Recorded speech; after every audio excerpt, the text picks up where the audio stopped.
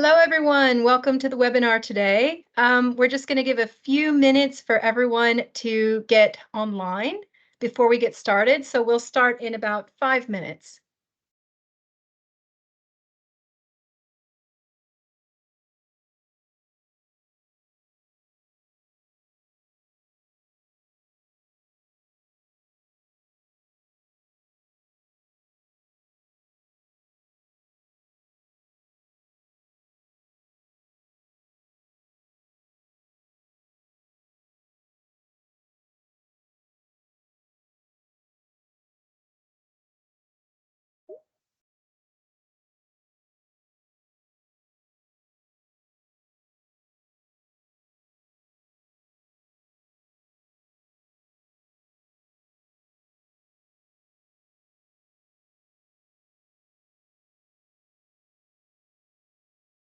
For those of you who are just joining us, we're going to get started in just a few minutes.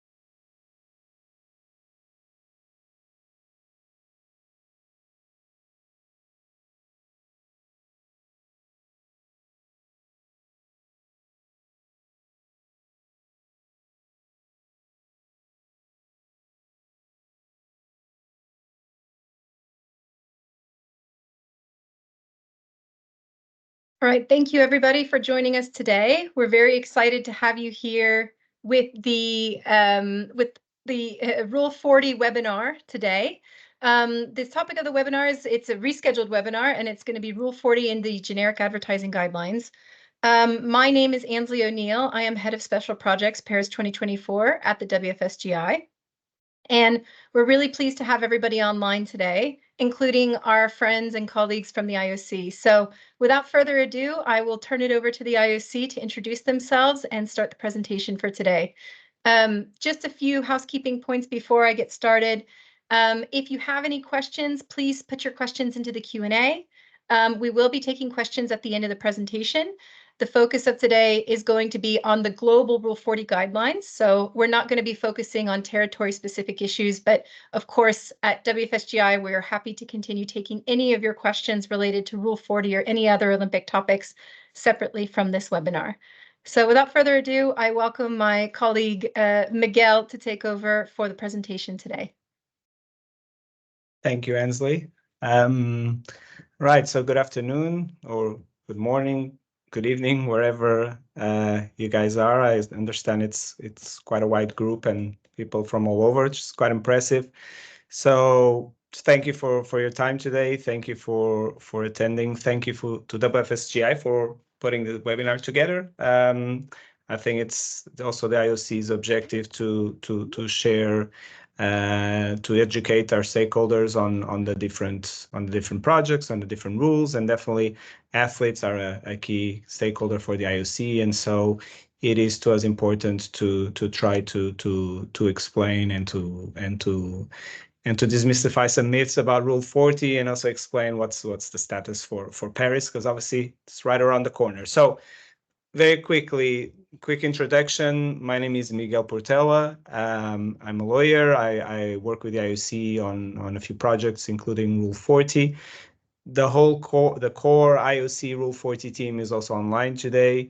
We have Kate Grabska. She's more in charge of the NOC relations.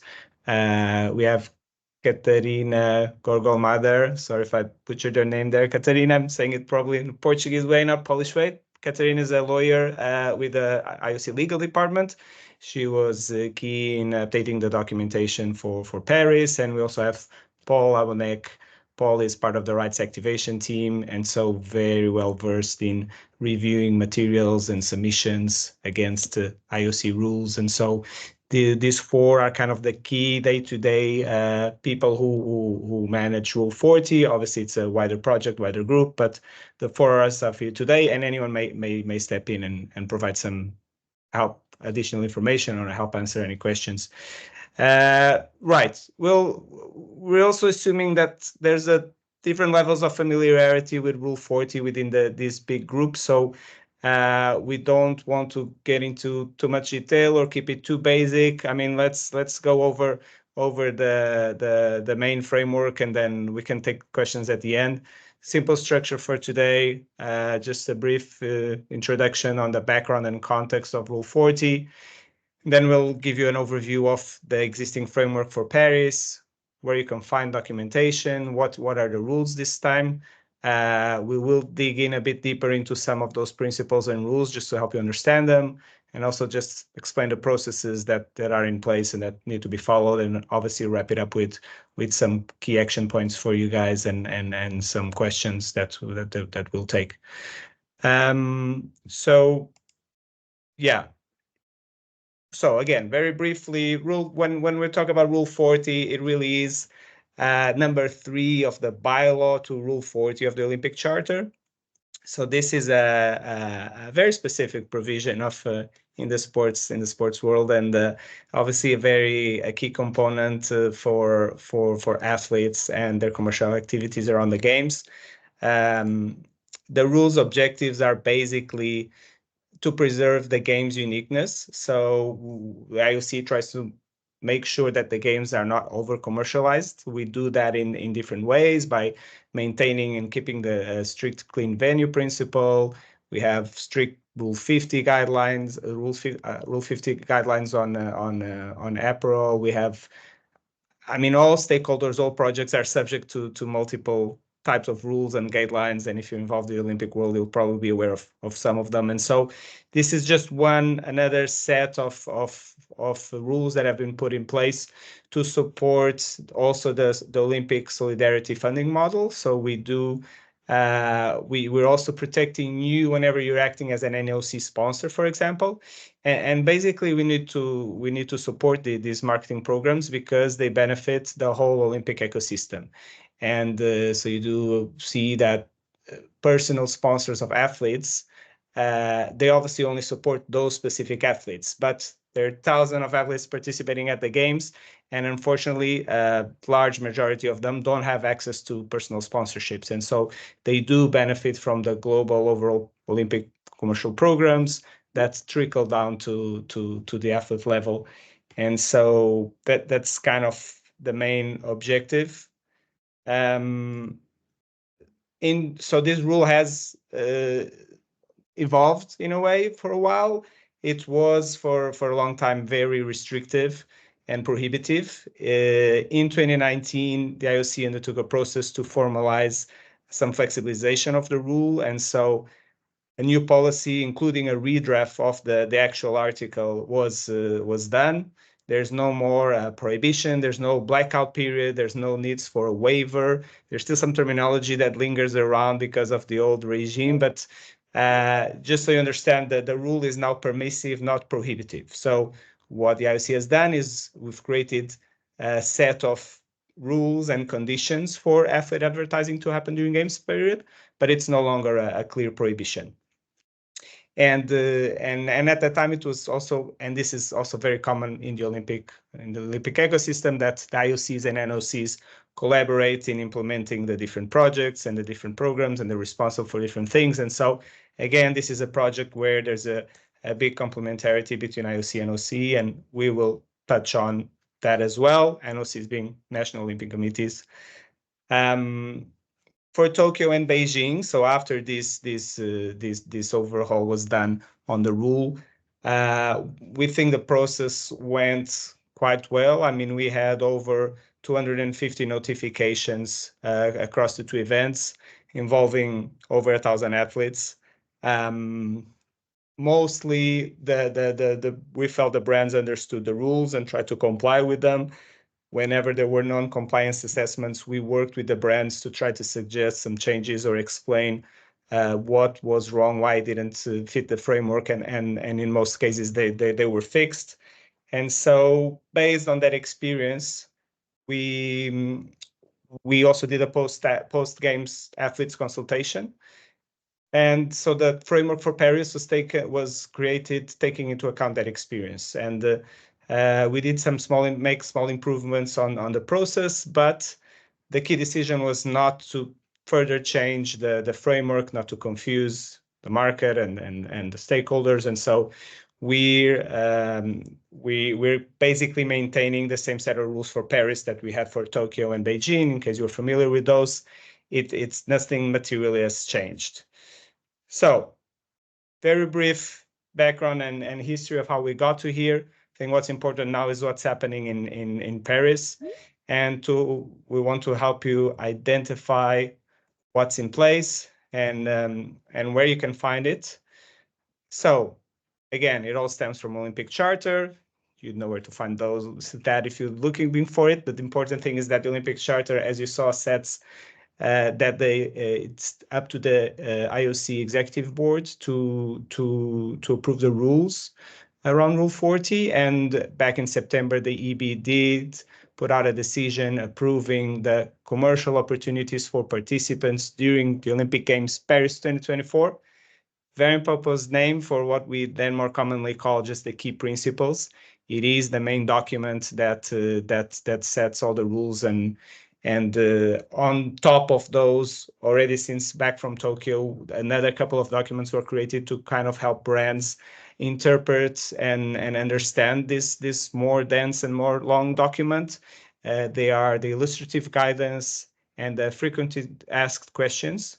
So you can find all this documentation on Athlete 365. There's a Rule 40 section on Athlete 365 where you can download the latest version of the documentation. Since we're talking about websites, and this will touch more in detail just now, we have also the Athlete Advertising Notification Portal online. So it's the other relevant link.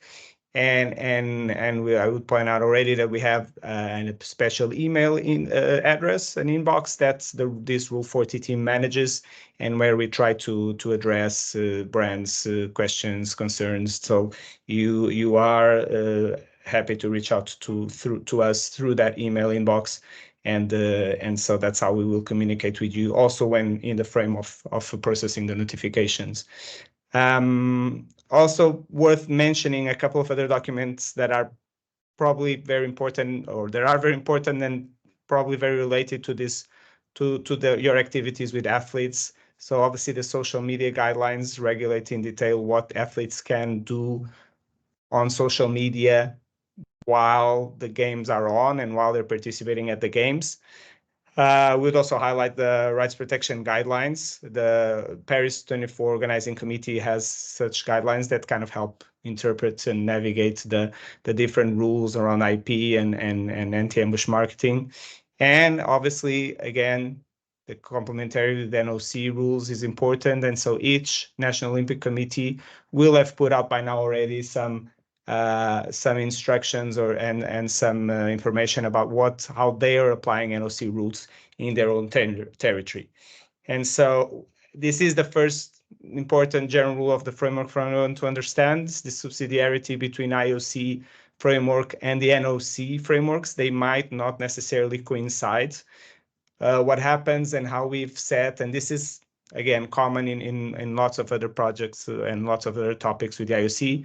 Anything that happens strictly within a certain territory is regulated by the National Olympic Committee.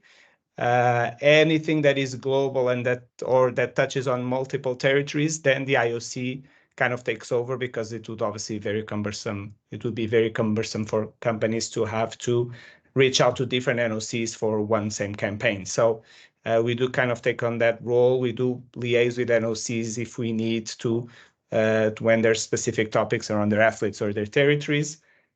And so, yeah, this is kind of the main rule is, or the rule of thumb is, if you have a global campaign or a multi-territory campaign, or if you're using athletes from one territory in another territory, so different NOCs, whenever 2 or more NOCs are involved, then the IOC does kind of take over the initial step, at least, of reviewing the campaigns. The other key important thing to understand is obviously the timeline, the relevant dates. Last year, as I explained, the framework was formalized and rolled out on NOCNet to the NOCs, to the Athlete 365, to the athletes through the Athlete 365 platform. And then this year already, obviously now the notification period for campaigns is open. And I'm going to explain a bit about what is this notification. But anyway, since the beginning of March, that's been live. And that will go up to 18th of June. So this is when it won't necessarily close the platform, because there is the opportunity for late qualifiers to still notify some campaigns, but the general rule for everyone is up to 18th of June. So that's the deadline for submitting notifications. Obviously then, and this is 1 month before the games period starts. The games period is the relevant period for Rule 40 purposes, because this is the period where advertising with athletes is subject to these rules. The period coincides with the opening of the Olympic Village and goes up to until 2 days after the closing ceremony. So it doesn't coincide with the games dates, but it's a bit before, a little bit after. So, but this is the clear time window where the rules do apply. And so obviously, this is a common misconception, is we're only really concerned with campaigns or activities that will be live during this period. If anything is happening before or after, it's not necessarily subject to the rules, especially if it's after the games, then normal rules apply. If it's before the games, obviously in some cases the materials do tend to continue in the market and up into the games period, and so then it might be worth notifying, but this is the general rule. So principles and rules. Let me start off by saying that the key, how I try to always simplify and summarize for everyone when I'm explaining Rule 40, is that the current status is now that non-Olympic partners can continue to run generic advertising campaigns during games period. So I've highlighted their continue and generic advertising, because to me that's the easiest way to explain. Obviously, the purpose, the core of the framework revolves around the concept of generic advertising, and the main objective of mandating generic advertising is not only to it's to prevent ambush marketing on the games. So it's not to limit athletes from ever featuring in materials, which is the old rule. We're just trying to avoid that this advertising comes to close and consists of material ambush marketing on games. And then ambush marketing can come through association or through intrusion, which is why the concept of generic advertising builds on these two concepts. So basically, we don't want any association, or the rule doesn't want any association with the games, no use of Olympic properties, no use of Olympic references, but we're also trying to protect the event period, and so we ask for no intrusion into this games period I was talking about, with the non-creation of campaigns, especially for games time or escalated during games time.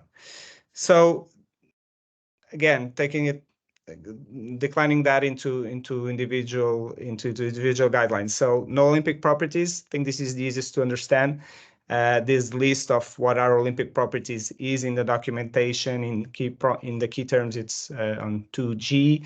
Basically, it's anything that's registered or protected by intellectual property, stuff like the event name, Olympics, Olympic Games, the rings, the emblems, pictograms, and any copyrighted material that IOC develops, and that also importantly, that NOCs, also the NOC assets are also protected and need to be respected. So their emblems, their team marks, etc. So obviously this doesn't even stem from a Rule 40 framework per se, because IP needs to be respected anyway. It can only be used with due authorization. Now, when it gets more interesting or more specific is with the obligation not to include Olympic references. So the objective here is to avoid indirect or direct references to the games. So using imagery such as medals, torches, golds, anything that in consumers' minds would immediately associate to the Olympic Games, that's obviously protected, or that protected in this framework. Also, general references to Paris imagery, the use of Olympic uniforms that are clearly recognized as Olympic uniforms, or using all national elements. I mean, again, objective here is to avoid a direct association to the games. That would obviously be clearly done through IP. IP is obviously off the table, but even indirect references, to constitute a generic advertising campaign, no such references should exist. And then when we're talking about the games period and protection of the games period, those also kind of decline into two obligations that you'll see in the framework. One is that the campaign is in the market is not specifically targeting games period, and so the framework sets an in-market period of 90 days. So this is kind of our rule of thumb to assess or evaluate if a campaign is specifically targeting the games or not. What we don't want is brands to just be creating new campaigns specifically targeted at the games, but we also have to be careful, and probably even more importantly, with escalation, because the important thing here is that we don't get to games period and all of a sudden, even if it's a generic pre-existing campaign, is all over. And so the media investment for the campaigns should be consistent throughout the campaign's lifespan, and the advertising must be run constantly. We do ask in the framework, in the context of the notification process, to provide some information so we can try to assess this. It is obviously sometimes quite a difficult exercise, but this is probably the most key element of the framework. I'll quickly mention some other rules and topics that normally come up and also are important for complying with the framework. Obviously, congratulatory messaging is off the table by the simple nature or the simple reason that it's automatically and necessarily a direct reference to the games. So when we're talking about no direct or indirect association to the games, this would automatically be it if we're directly referencing the medal or any other element of the performance, or that's going to happen or that's just happened at the game. So good luck or congratulatory messaging is not allowed for non-Olympic partners. Thank you messaging, and this here we're talking now about messages posted by athletes. They are allowed under certain conditions. Again, all of this is well detailed more in the framework and illustrated in the guidelines, but basically in the IOC context, so for global campaigns, we do mandate one message only. The same message can be posted on different social media platforms, but it should be just the one message. And importantly, it shouldn't use any Olympic IP or Olympic assets, Olympic references, pictures, videos of the games. I mean, there should still be there should be no link between the performance of the athlete or the result and the personal sponsors' products or services. There shouldn't be a direct endorsement of any particular product or service. Regarding social media campaigns, we also often get this question. We do not require to see each individual post that's going to be put in a social media campaign.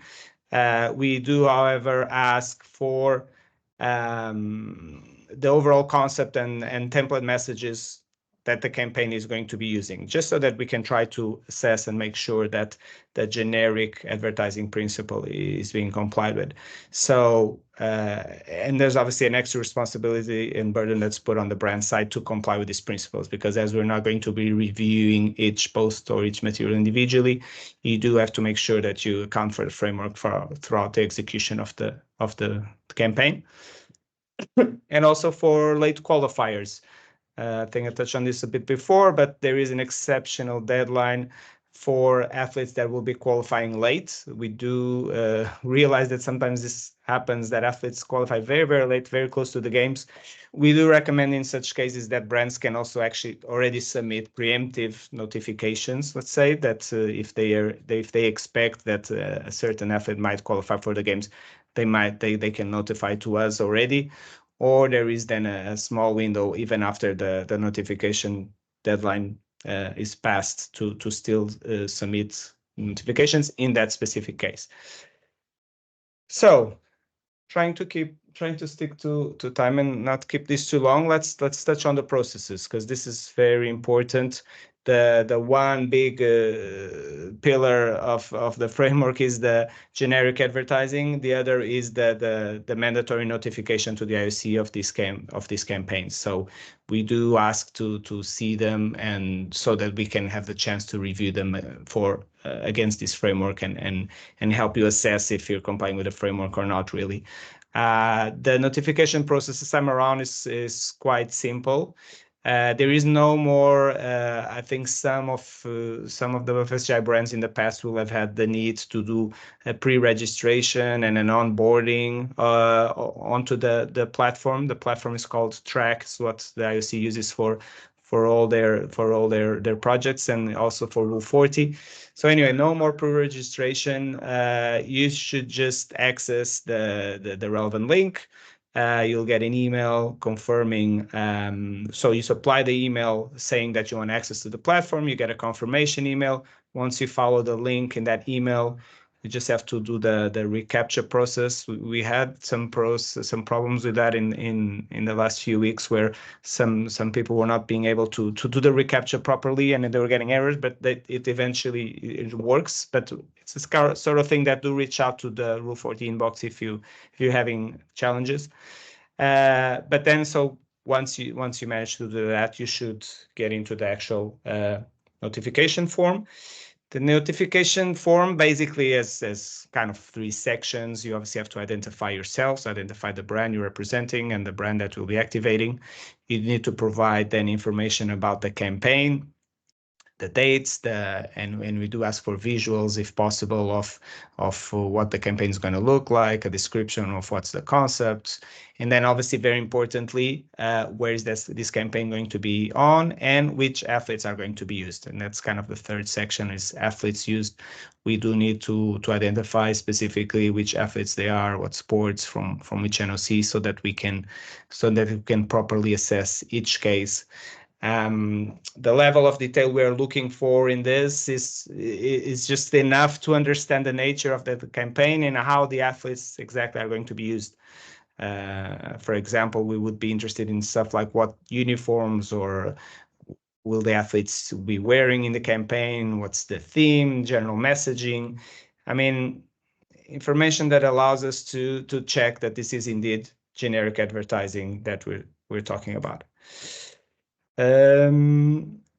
So once we get the notification, the IOC will review and assess. We may consult certain Olympic stakeholders, specifically NOCs, if we need their help, because I mean, we assess on a case-by-case basis. And then we see this notification against the Rule 40 framework. If we think that it complies with it, you will get some positive feedback on our end. If not, we will either ask for more information or suggest or request any changes, and then ask you to resubmit the notification so that we can take another look at it. We do promise in the framework to reply within 10 days. So we want to make this a quick process, because we understand that this cannot be a further delay on the marketing plans. And So that's it on the pre-notification of campaigns. Then we just ask you as well to be supportive if during the games period any issues come up with your previously notified campaigns or with other activities.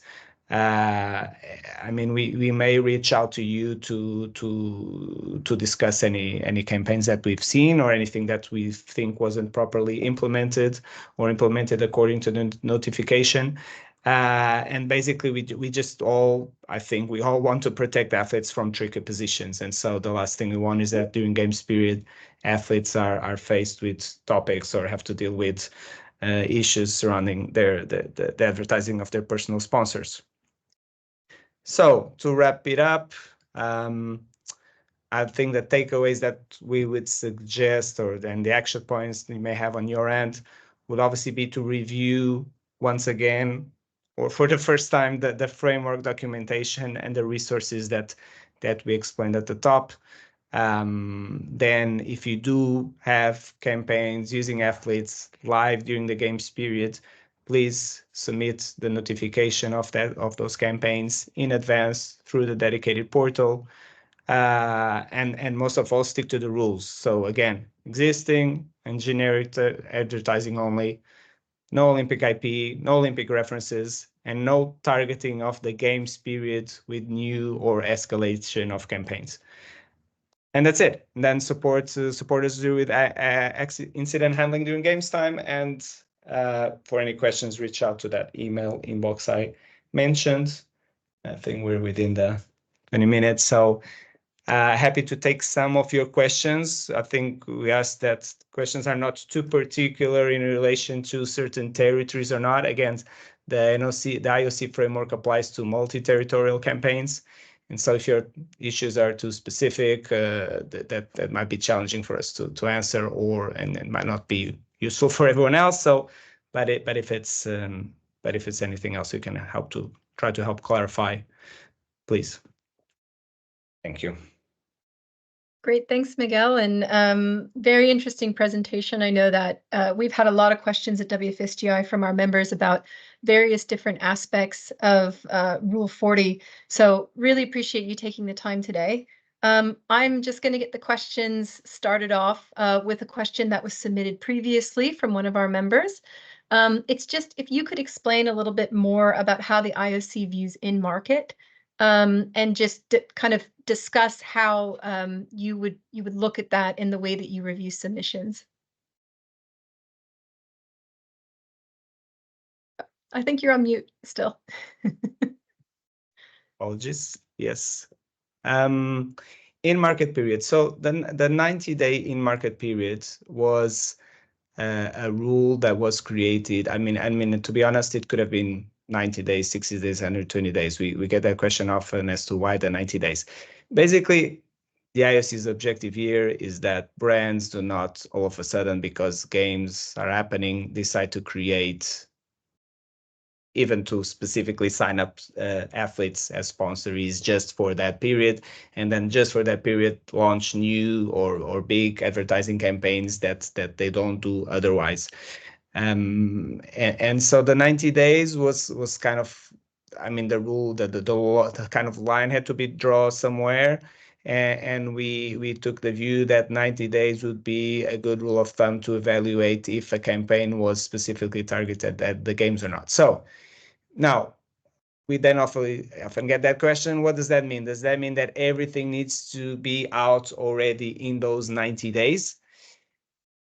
The answer is no, and especially in today's day and age where everything's on social media, and we do obviously understand and realize how social media campaigns work, and it's not like everything is posted and then remains online for months on end. I mean, that's just not how it works. So we do understand that not everything can be ready 90 days before, or that it doesn't make sense to have it out 90 days before. But we also cannot have the opposite scenario where a brand beats the 90-day in-market period by just having one post or one billboard somewhere or something, and then actually wait until the couple of weeks before the event to launch a massive media blitz and buy all the advertising space and invest a lot of money on social media campaigns and which is why I was also saying before that the concept of escalation is also very important to us, and perhaps the two are tied together because we look at them both at the same time. So campaigns have to be in market, but they can also not be just an artificial way to beat that line, and then everything just comes out for games time. So we do look at both things together, and we ask that the campaign is out at least for those 90 days. We do understand that not everything will be out at the same time, but we also ask for reasonability and not just saving everything for the last minute or escalating it massively in the last minute, because then that's the same as just launching something for the games period. Great. No, I think that makes a lot of sense, and thank you for clarifying that.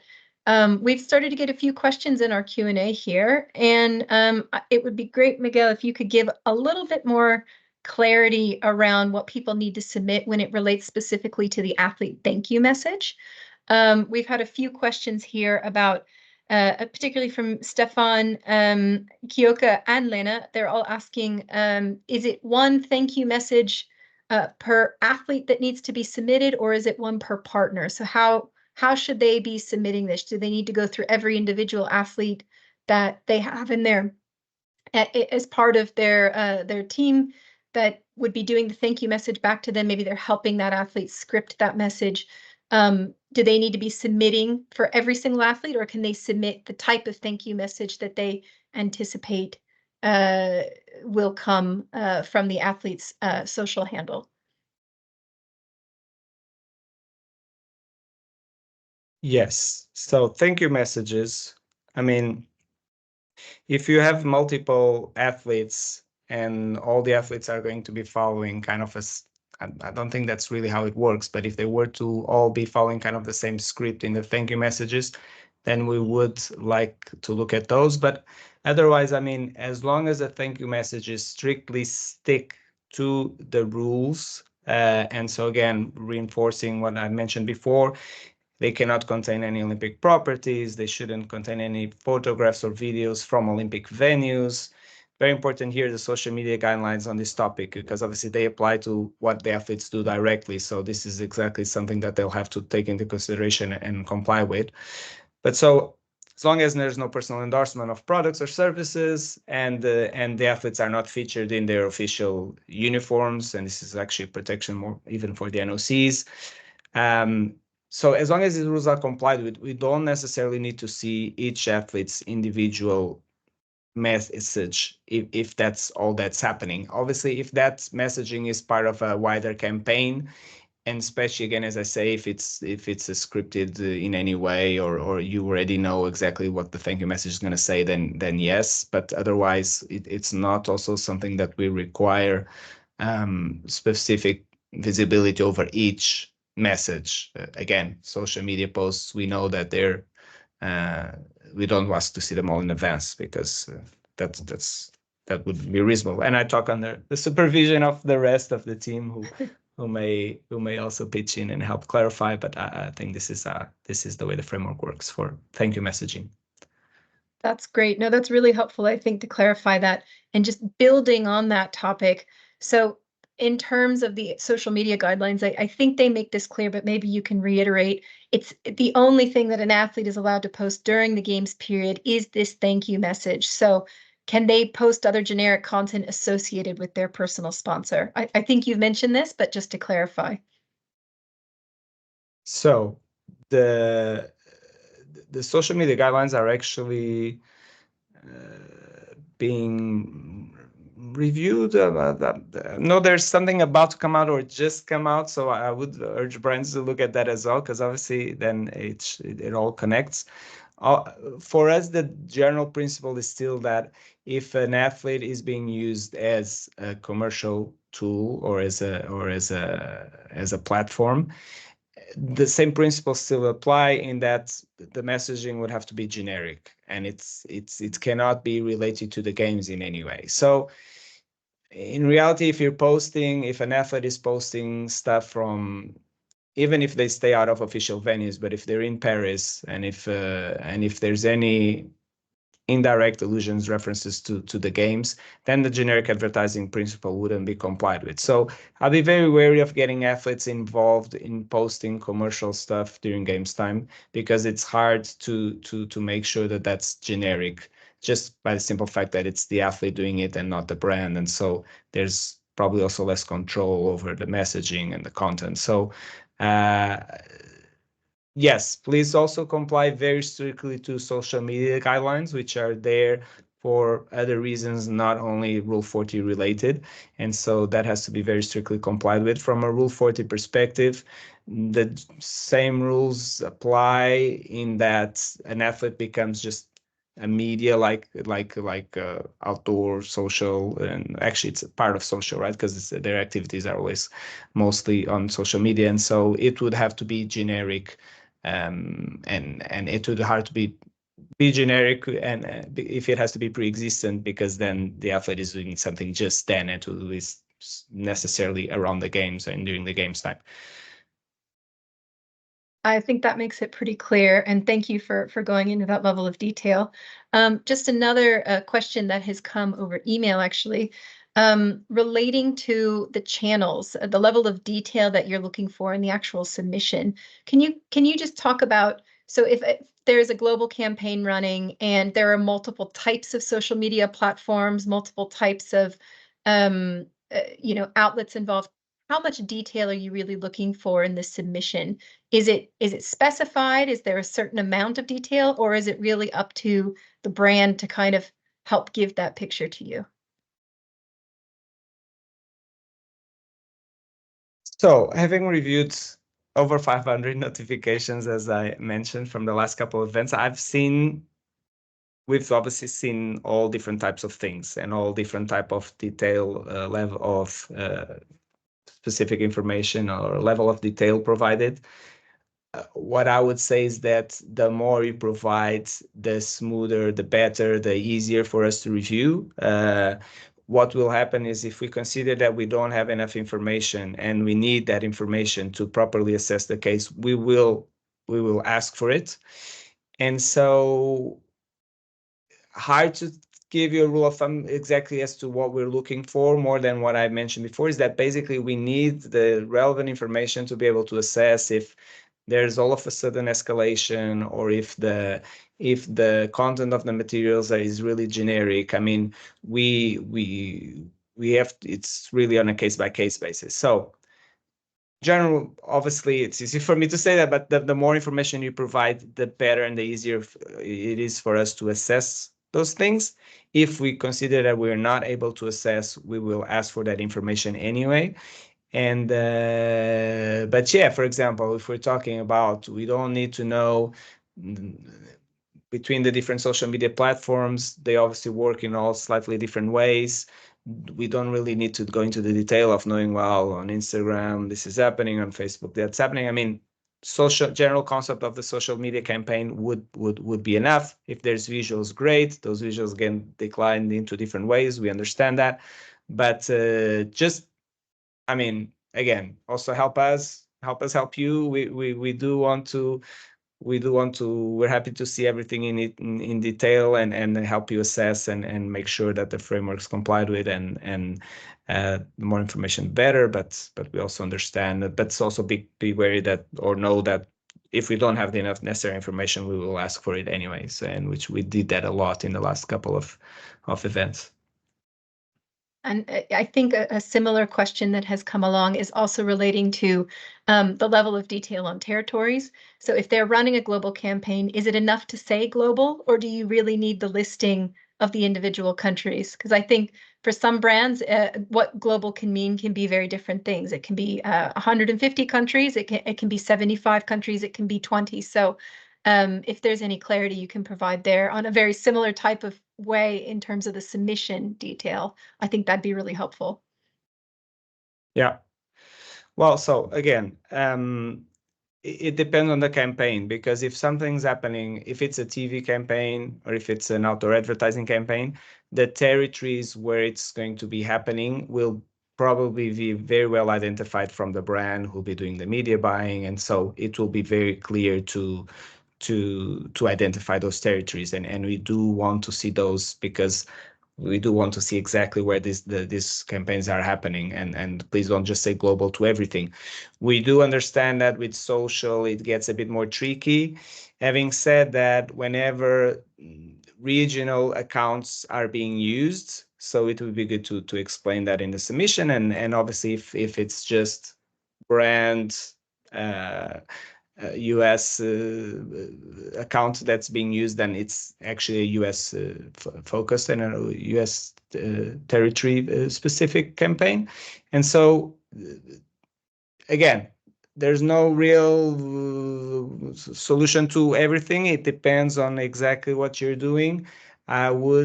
We do just know, and we're talking about how we, during the notification process, we sometimes have to liaise with stakeholders to help in this assessment exercise. And so if we do see that a campaign is primarily focused on a certain NOC, we may reach out to them to get their input. But yes, so we do understand a lot of these brands are big, global, multinational. That's why this framework's in place by the IOC for global campaigns.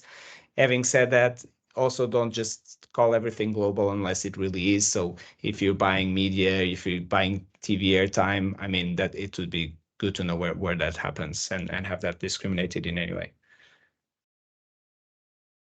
Great. I think that's really helpful.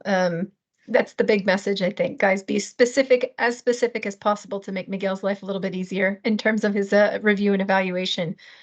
We just have 2 more questions relating to the 90 days rule. To be in accordance with the rule and illustrate clearly what is possible to do or not, could you be a little bit more precise if it concerns only paid media and advertising or also organic communication on website and social medias?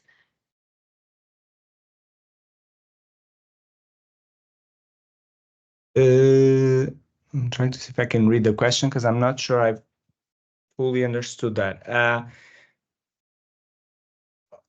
Obviously, when we're talking about paid media and organic reach on social, we're normally discussing the topic of escalation. And obviously, what we kind of don't want is that a certain campaign or a certain set of posts is out there organically and all of a sudden just goes out into paid media, so gets pushed and with some marketing money budget behind it for the games period. Having said that, we are sensible to how social media works. Obviously, if brands have lots of followers, organic posting will have quite reach anyway. But I'm not super sure how that ties in with the 90 days period. Again, seems to me that more relevant is the issue of escalation and of constant media investment throughout time and not just focused on the games period. And so as long as that's complied with, it should qualify as generic advertising. Okay, great. Yeah, and I think the follow-up question, you maybe already answered this, but it was really relating to how, if there is organic content that's being produced, is there a percentage or some specific number of how much of it needs to be in market before 90 days? Which I think you've kind of answered that, but if you could just clarify kind of the approach people should have for that. Yeah. Well, so again, even on with just organic, and even if there's no paid media behind the campaigns, it would still be highly unusual and hard to argue as normal activities if a certain brand works with an athlete just once a month, and then all of a sudden during games period or the week before, every day they start posting about the brand. So I mean, that's kind of the general approach. I mean, common sense here will also prevail. So we will be able to identify easily if all of a sudden a lot more stuff starts happening with a certain athlete involving a certain brand. So let's try to keep it consistent and behave as if almost as if the games weren't going on. Let's say, I guess that would be the easiest way to argue the generic advertising and the constant campaign. Yeah, I think you've mentioned this already, actually, but as it relates to other events, I mean, you mentioned late qualification for athletes, but I think specifically as it relates to other events that might be taking place this summer, because, you know, there's other things happening in the sports world other than the Olympic Games. How should brands kind of be treating that, and how should they be informing you in case they do have campaigns related to those other events? Yeah. So the campaigns that are specifically activating another sponsorship or focusing on the athletes participating on in another event should still be notified to us, but we do understand, and the framework does foresee that, and we have in illustrative guidance some illustrative explanation of that. So we do understand, and as I said, the general movement of the IC in 2019, I think, to consolidate was to understand that other things happen and to remove this black cloud of a blackout period where things needs to be removed from the market or nothing can be done. I mean, it's a specific reference in the framework to other sports events happening at the time. So but again, be wary that the campaign needs to be clearly focused on that other event and in the athletes' participation in that other event. So assuming that is done, and this is what we're talking about, obviously then we realize that some materials will linger on or already creep into the games period, and that is fine if the clear purpose of the materials, of the post, of the campaign is to talk about another sports event. We understand that that's all happening at the same time and that business as usual applies to that.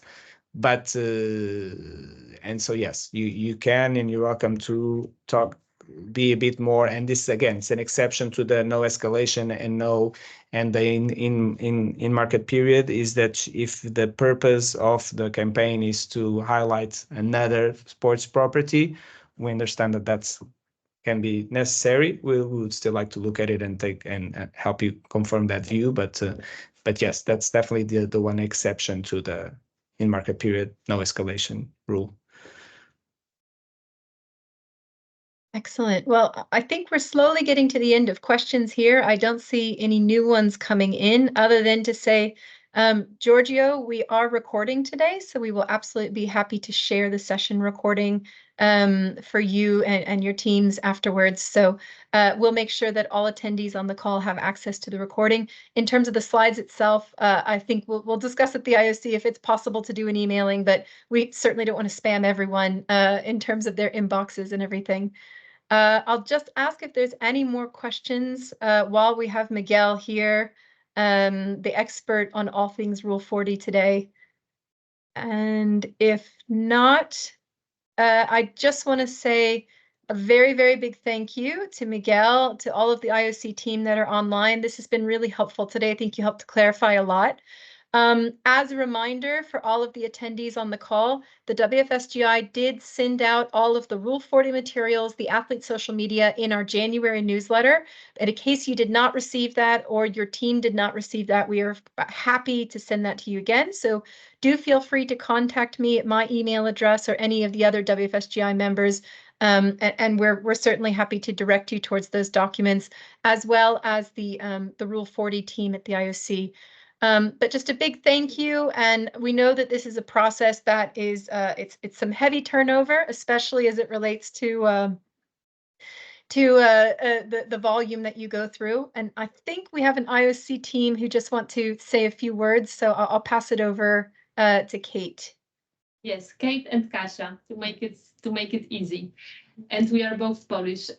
So just to say that there have been some small updates to the documents that were published on the IOC website since January. Therefore, I encourage you to maybe have a look at the links again, and if you are planning to resend, please consult the latest versions.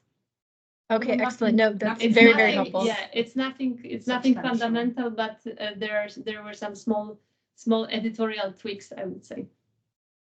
Okay, great. Well, we're hearing it here first. So thank you for sharing that. That's really helpful. We'll make sure that those updated documents are the ones that are sent out to everyone.